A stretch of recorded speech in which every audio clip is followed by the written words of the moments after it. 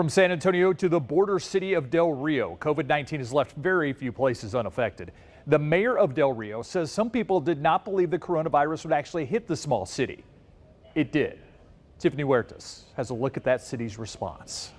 We have had to let go of actually a lot of employees here, and that's something that, is really hard. Like businesses across the nation, the general manager of this restaurant in Del Rio says they are adjusting during the pandemic. We have opened up to dining 25% now. Liliana Echavarria says besides the occupancy cap, they have made changes at the restaurant. Menus are now disposable and there are hand sanitizing stations throughout.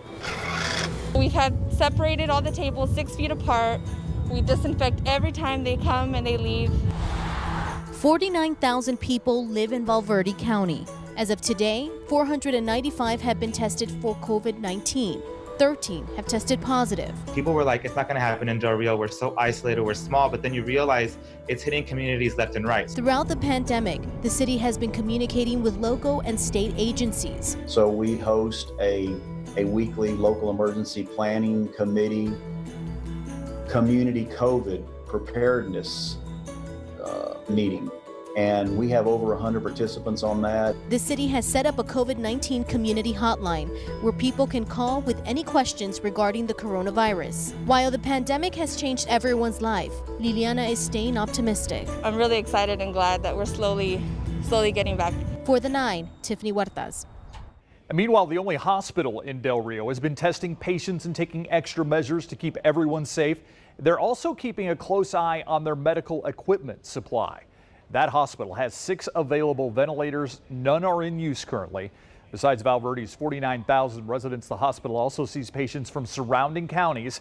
Valverde Regional Medical Center CEO Linda Walker says every day they have a call with officials from the city, county, and Laughlin Air Force Base. We do an update and we talk about our PPE.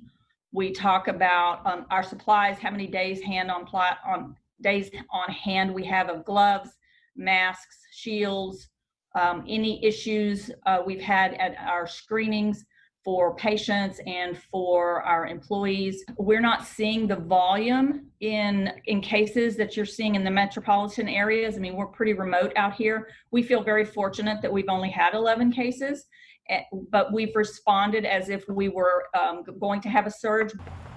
She says patients are screened at the front door of the hospital. In the emergency room, if someone presents symptoms of COVID-19, they are taken to a negative pressure room and tested.